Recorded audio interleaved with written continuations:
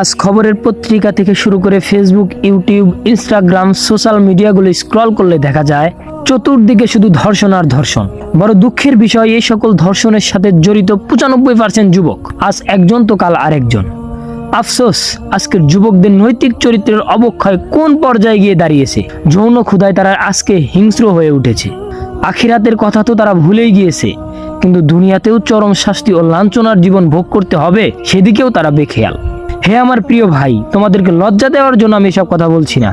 আমি শুধু তোমাদের বিবেককে জাগানোর জন্য এসব কথা বলছি, আলোচনা করছি। কিভাবে তোমরা গুনাহের দিকে ধাবিত হচ্ছ, এমন তো হওয়ার কথা ছিল না। একজন মুমিন হিসেবে তোমাদের হৃদয় তো আল্লাহর ভীতিতে পূর্ণ হওয়ার কথা ছিল। তোমাদের তো গুনাহের সাগরে ডুবে থাকার কথা ছিল না। তোমরা কি জানো না, যেদিন আল্লাহ তাআলার আরশের ছায়া ব্যতীত আর কোনো ছায়া থাকবে না, মহান আল্লাহ তাআলা সেদিন আরশের ছায়ার নিচে 7 শ্রেণীর ব্যক্তিকে আশ্রয় দান করবেন। তার ভিতরে 1 শ্রেণীর ব্যক্তি হলো ওই ব্যক্তি যার যৌবনকাল ইবাদতের মাধ্যমে কেটেছে।